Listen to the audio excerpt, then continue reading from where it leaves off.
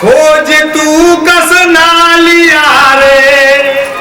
वो कैसे खोज ले जब एक साहब बाहर मिल गए, बाहर साहब का धो मांझ के पी सकता है, बाहर साहब की सेवा कर सकता है, बाहर साहब का खवा पिया सकता है, तो अंदर क्यों खोजे?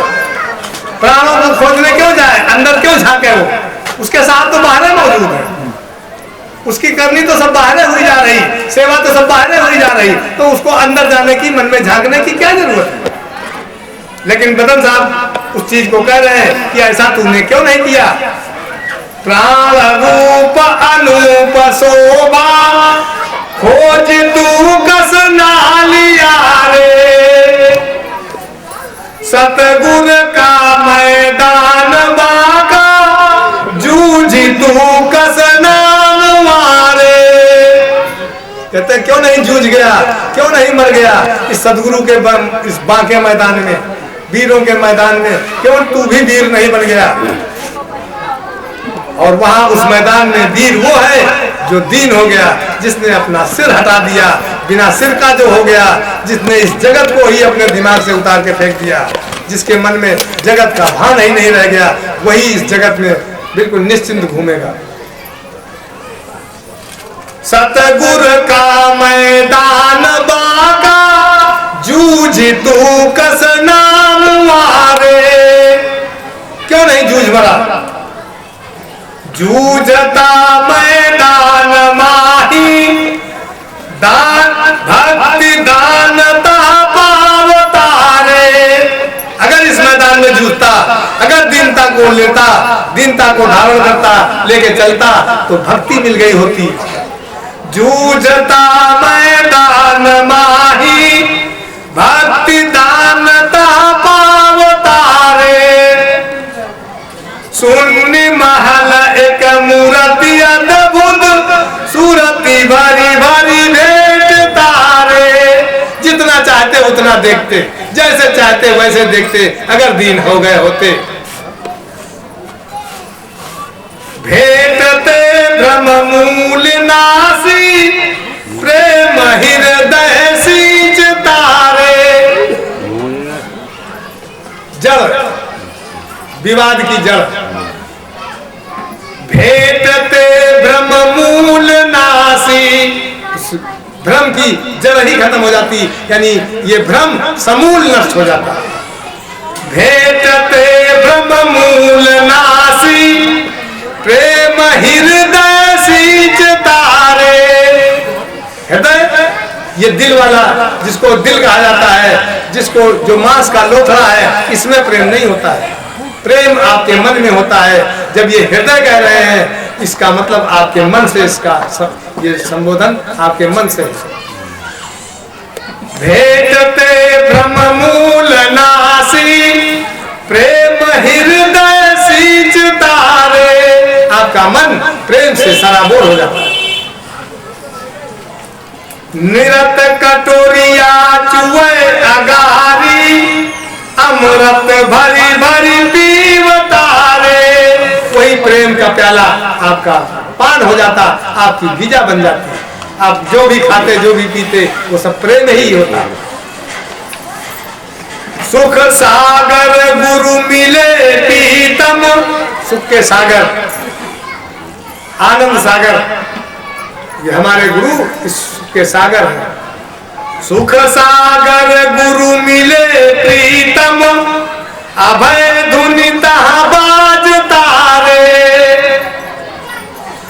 जो हंग सोहंग दो शब्द बोले गुरु मीता तहाँ खेलता रे। ये संस्कृत के विचित्र शब्द हैं दोनों, और इनका मतलब है, मालिक ये कहता है कि जो है हम हैं, जो हम सो हम, जो है सो हम हैं, और कहीं कुछ भी नहीं है।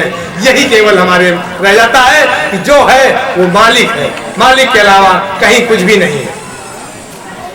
जो हंग सो हंग दो शब्द बोले गुरु मीता ता खेलता रे। और मीता साहब वही विराजमान है। राम रूप अखंड शोभा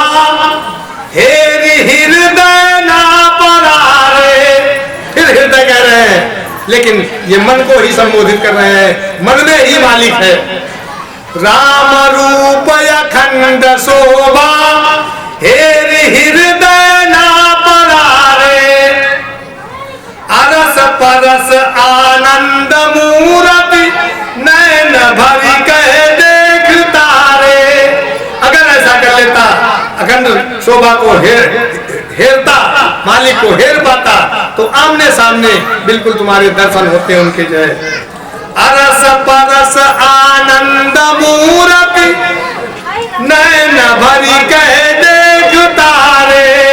हमारी आंखों की तपन बुझ जाती, भर भर नैन देख लेता, जितना चाहता उतना दर्शन करता। अगर तू उसकी खोज करता, कहाँ? हृदय में। लेकिन तुमने तो उसकी खोज, साहब को तो तुमने बाहर पा लिया। तुम्हारे साहब तो बाहर है, तो तुम अंदर क्या खोज करोगे? अंदर तुमने खोज ही नहीं की तो वो चीज ही नहीं मिली। अगर तू अंदर खोजता तो वो उसकी अनूप शोभा आपको दिखाई पड़ती, और जितना चाहता उतना देखता, जी भर के देखता उसको। राम रूप अखंड शोभा हेर हृदय ना परारे। इस वाणी का जो भाव आपके मन में आवे, उस पर यह गौर करना जरूरी है कि ये भाव निर्गुण भाव है या नहीं है। अरस परस आनंद मूरति नैन भरी कह देख तारे। अब आनंद मूरत कैसी होगी? है भाई मिसाल, आनंद मूरत कैसी होगी? मूरत मिट्टी की हो सकती है, मूरत पीतल की, तांबा की, सोने की, चांदी की, लोहे की, अष्टधातु की, किसी भी धातु की, कैसी भी हो सकती है। जिस चीज की कहते हैं पत्थर की मूरत है, क्यों कहते हैं? क्योंकि वो पत्थर से बनी हुई है, उसमें पत्थर के अलावा कुछ नहीं है। कहते हैं सोने की गणेश है, इसका मतलब वो जो गणेश की प्रतिमा जो बनी है उसमें सोना लगा हुआ है, सोने के अलावा उसमें कुछ नहीं है। अष्ट धातु की बनी है, इसका मतलब 8 धातुएं मिली हुई है, वो मूर्ति जो है वो 8 धातुओं से मिलकर के बनी है, अष्ट धातु की बनी है। ये मूर्त कैसी है? ये काहे की बनी है? ये आनंद की बनी है, इसमें आनंद के अलावा कुछ भी नहीं है। आपको आनंद ही आनंद दिखाई पड़ेगा, दूसरी कोई चीज आपको नहीं दिखाई पड़ेगी। राम रूप अखंड शोभा हेर हृदय ना परारे, अरस परस बिल्कुल आपके सामने देखते। अगर आप अंदर झांके होते तो आपके आमने सामने अरस परस आनंद मूरति नैन भरी कह देख तारे। देखता जो रूप शोभा प्राण ऊपर वार तारे। प्राण भी न्यौछावर कर देते, ऐसी अचंभों वाली शोभा, ऐसी अद्भुत शोभा, या आपको यही लगता है कि प्राण भी न्यौछावर करो इस पर, रखो ही मत प्राण। भाग्य रूप सराहियापन हंस हंस भेंट तारे।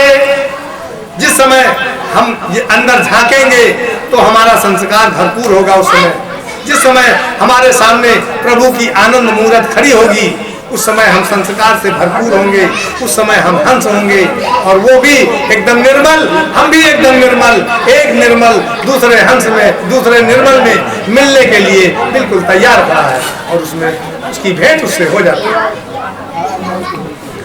भाग्य रूप सराहियापन, अपने भाग्य को सराहते, उसकी सराहना करते कि बारे भाग्य, बहुत भाग्यशाली हैं हम, बड़े भाग्यशाली हैं जो ये क्षण आ गया।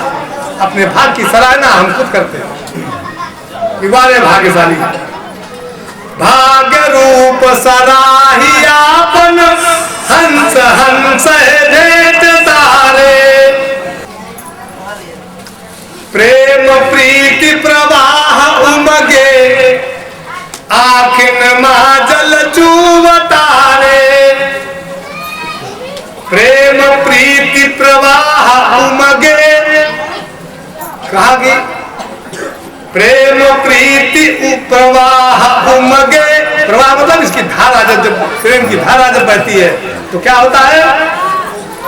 आखिन माजल चूवतारे। हमारे मन में वियोग भर जाता, और अगर उस वियोग कहीं छलकता, अगर आप उस शरीर से वो झलकाया जाता तो मन की चीज आपकी आंखों से छलक पड़ती है। अगर आप प्रेम में विभोर हैं, किसी बाह्य चीज के प्रेम में विभोर हैं, तो बाह्य चीज का प्रेम आपकी आंखों से आंसू के रूप में छलक करके बाहर आ जाएगा। लेकिन अगर अंतर की चीज में आप विभोर हैं तो आपके मन के आंसू इन आंखों से निकल करके बाहर नहीं आएंगे। कोई नहीं देख पाएगा कि आप प्रेम में विभोर हैं, क्योंकि आपके मन का संबंध उस समय इस तन से नहीं है। ये तन तभी मन इस्तेमाल करेगा जब उसका संबंध इस तन से रहेगा, तब वो अपने अंदर के प्रभाव को, अपने अंदर की अवस्था को आपकी आंखों से, जबान से, आपके हाथ से, पैर से व्यक्त करेगा। मन को, अपनी व्यथा को व्यक्त करने का एक साधन भी आंख है। वो आंसू के रूप में व्यक्त करता है कि हम दुखी हैं, और आंखों के ही रूप में वो ये भी दर्शाता है कि हम बड़े सुखी हैं। आपकी आंखों से ये झलकता है। ये तब होता है जब आपका मन शरीर से बंधा हुआ है, जब आपकी इंद्रियों से उसका संबंध स्थापित है। लेकिन जब वो इस तन से विमुख हो जाता है, इंद्रियों से पलट जाता है, उसका कमल घूम जाता है, मालिक की ओर हो जाता है, तब जो उसके अंदर प्रेम की अश्रुधारा बहती है, वो मालिक के अलावा कोई नहीं देख सकता। वो धारा बह करके उसके चरणों में ही जाती है, उसको और कोई नहीं अनुभव कर सकता है। ये आंखें उस आंसुओं को बहाने के लायक नहीं है। इंद्रियों से उसका कोई उस समय संबंध ही नहीं होता है, तो वो क्या व्यक्त करेगा इसको, इसका इस्तेमाल ही नहीं कर सकता।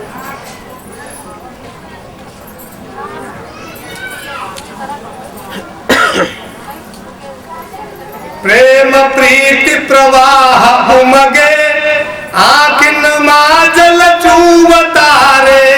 ये वियोग है कि आपका मन वियोग से भर जाता है। छकित भय अब श्रवण नासिका, जीभ नाही जानता रे। कहते हैं ये जो इंद्रियां हैं ये सब छकित हो जाती है, ये अब इनसे आपका कोई, उसका मन का कोई ताल्लुक न रह जाता। छकित भय अब श्रवण नासिका, श्रवण मतलब कान, नासिका मतलब नाक, जीभ नाही जानता रे। ये सब इंद्रियां हैं, कह रहा ये इंद्रियों से उसका कोई ताल्लुक न रह जाता। जीभ बिन ना बोलता रे, रूप अखंड तहा सोहता रे। कहते वो अखंड शोभा मन देखता, विवेक के जरिए, ज्ञान के जरिए, उस तत्व ज्ञान के जरिए, उस तत्व ज्ञान के प्रकाश में उस चीज को वो अच्छी तरह से समझता, बूझता, जानता, लेकिन वो उसको व्यक्त नहीं कर सकता है, क्योंकि व्यक्त करने के लिए जबान नहीं है। और अगर मन व्यक्त करेगा तो मन में ही रहेगी, और अगर मन अपनी बात को जबान से व्यक्त करना चाहेगा तो जग सुनेगा। तो ऐसी उस मन अपनी बात को, उस मालिक को देखने के बाद उसकी शोभा का वर्णन मन जबान के द्वारा इस इंद्री का इस्तेमाल करके जग को कर सके, ऐसी क्षमता मन के अंदर को नहीं दी गई। ऐसे शब्द ही उसको नहीं दिए गए हैं कि उसकी शोभा का वर्णन वो इस जबान से कर सके। पलटता है, अगर मालिक को मिलने के बाद जब वो जग में रहता है तो वो चाहे उसके पास तो ज्ञान का भंडार है, तो तत्व ज्ञान का अधिकारी है, लेकिन वो शब्द नहीं बनाए हैं इन्होंने जो इस जबान का इस्तेमाल करके ये इंद्री व्यक्त कर सके। जीभ बिन ना बोलता रे, रूप अखंड तहा सोहता रे। कहे सतगुर दास मीता, अब ना आवे यही जगत रे। कहे सतगुर दास मीता, अब ना आवे यही जगत रे। आत्म पहचान अरे तू ना किया रे। फिर जिसको तीनों पद में यही कह रहे हैं। इसमें ऊपर कहा प्राण रूप अनूप शोभा, खोज तू कसना लिया रे। एक ये सवाल कहा उन्होंने किया। दूसरे में कहा राम रूप अखंड शोभा, हेर हृदय ना परा रे। क्यों नहीं उसको हेरा हृदय में, मन में क्यों नहीं झांका, क्यों नहीं देखा। और तीसरे फिर वो कह रहे हैं आत्म पहचान अरे तू ना किया रे, कि तुमने आत्मा की भी को नहीं पहचाना, उसको भी नहीं झांक करके देखा। मन में झांका होता तो आत्मा आपको साथ नजर आती।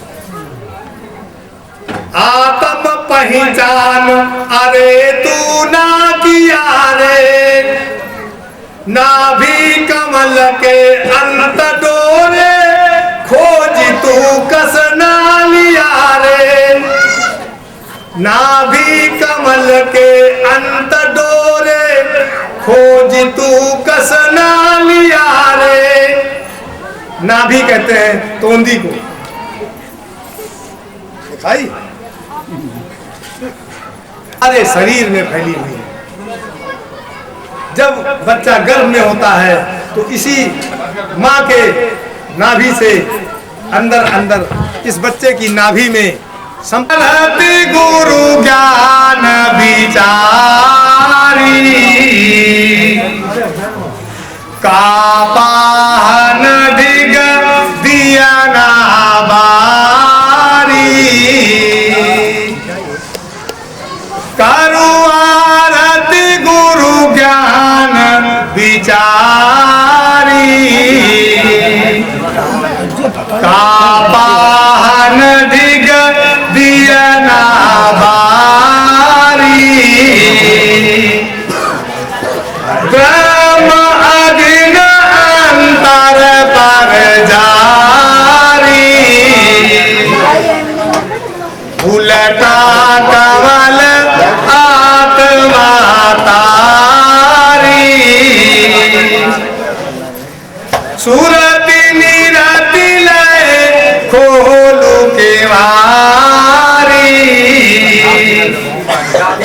पर आत्म की हो पियारी,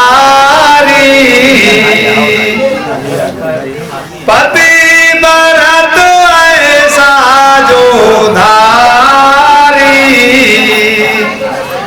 सेवक साहेब होई न न्यारी, निस दिन आरती लागी खुमारी, आरती करती कुमती गई मारी, ऐसी आरती हम मन धारी। आरती करने की विधि ऊपर से नीचे तक यहाँ तक मीता साहब ने बखान कर दिया और आगे कह दिया कि ऐसी आरत हमने अपने मन में धारण की है। ऐसी आरती हम मन धारी, आवागमन चले निरुआरी, धर्म पसार परी संसारी। और जो बाजवार है वो भ्रम है और इसी भ्रम में सारा संसार भी तथा कर पड़ा हुआ है। भ्रम पसार परी संसारी, कहे मीता पीतरी नातारी,